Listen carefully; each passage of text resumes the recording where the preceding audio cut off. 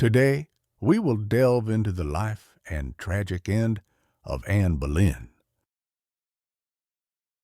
The tragic end of Anne Boleyn. For mere seconds after the blade fell, Anne Boleyn's severed head may have retained consciousness, a horrifying coda to the life of the woman for whom Henry VIII shattered the Church of England. How did the queen he once tore a nation apart to possess end up on the executioner's block? The city was a symbol of power and sorrow. A scaffold had been built during the night, not the usual high platform used for executions, but a lower, quieter one. It was made for a special purpose, to fit the style of a foreign swordsman with a blade unlike any used in England. This was no ordinary execution.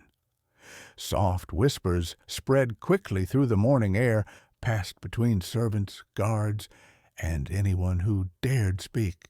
The King of England, and start a new chapter in history, the English Reformation.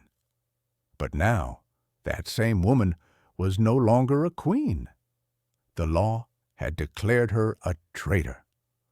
A queen's final days, inside the cold walls of the Tower, in a small room where she had spent the last 17 days, Anne woke to her final morning.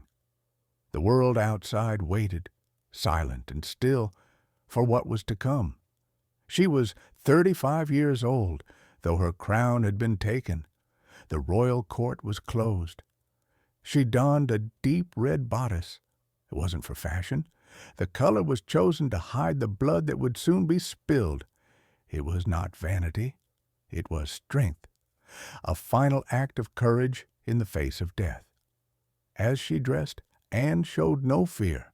Instead, she made a quiet, chilling remark, filled with dark humor and sharp wit.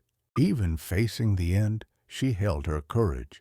She would die as she had lived, bold, proud, and unbroken. The rise of Anne Boleyn. But how had it come to this? How had the woman who once held the heart of England's king now found herself kneeling before a foreign sword? Anne Boleyn's story didn't begin with a crown. It began with ambition. She was the daughter of Thomas Boleyn, a smart and rising diplomat, and Elizabeth Howard, who came from one of England's most powerful families. From a young age, Anne was surrounded by the beauty and brilliance of European courts. She was educated in the Netherlands and served at the French court of Queen Claude, where she learned the language, culture, and ideas of the Renaissance. When she returned to England around 1522, she didn't fit the typical image of beauty. She had olive-toned skin, long dark hair, and striking black eyes. Not the pale skin and golden hair that were popular in Tudor England, but she had something even more powerful: intelligence, confidence, and charm. The king's obsession people couldn't help but notice her. She didn't need to speak to command a room. Soon, she caught the eye of the most powerful man in the land, King Henry VIII. At the time, Henry was still married to Catherine of Aragon. Their marriage had failed to give him a son, and his frustration was growing. When he tried to make Anne his mistress, she refused. Her sister Mary Boleyn had already taken that path, and Anne would not follow. She reportedly told the king, "If you want my body, you must give me a crown." It was a bold demand, almost unthinkable, but Henry was obsessed. What followed was 7 years of pursuit and political chaos. The fall from grace. Determined to make Anne his queen, Henry asked the Pope for a divorce. The Queen of England was crowned queen.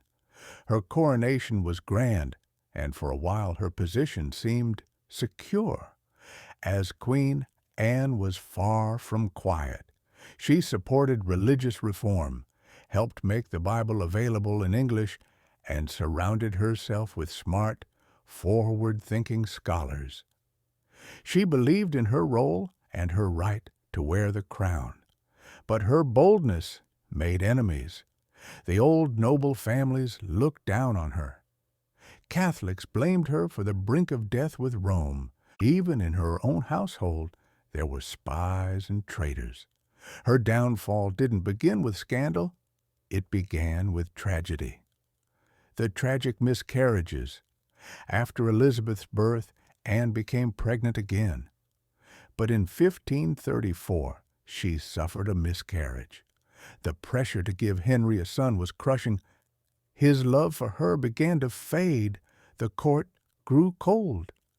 In early 1536, Anne became pregnant once more, but again she lost the baby, possibly after hearing the shocking news that Henry had been badly hurt in a jousting accident. Some said she believed the child, a boy, was lost because of the stress. It was a heartbreaking moment, both as a mother and as a queen. The betrayal.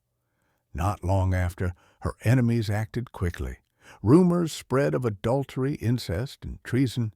One by one, the men close to her were arrested, including her own brother George.